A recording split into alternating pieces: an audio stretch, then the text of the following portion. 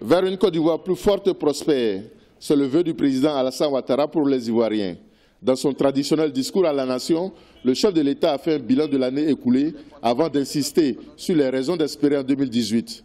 L'année 2017 a commencé avec des difficultés comme les mutineries de militaires et surtout la chute des coûts des matières premières.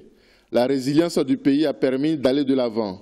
La bonne tenue de l'économie a permis le paiement de 911 milliards de francs CFA de dette intérieure. Pour les observateurs, c'est un véritable discours-programme délivré par le chef de l'État. La paix retrouvée, grâce donc à une bonne gestion, du dialogue, de concertation.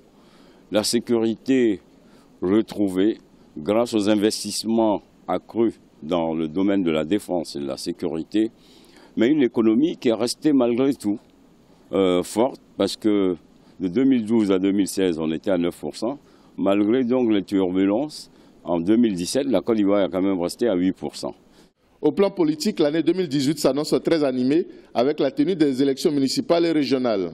De plus, le chef de l'État a annoncé la mise en place du Sénat, la nouvelle chambre du Parlement ivoirien, mais n'a pas évoqué l'opposition ivoirienne, comme le notent les observateurs. C'est vrai qu'il n'a pas directement cité l'opposition, mais ce que l'on sait, c'est que le grand souhait du gouvernement, et lui-même son souhait, d'après ce qu'on a appris, c'est que le FPI en particulier, et tout le FPI réconcilié soit vraiment présent à ces élections sénatoriales, régionales et municipales qui arrivent, afin que ça nous serve véritablement de baromètre pour entrer en 2020.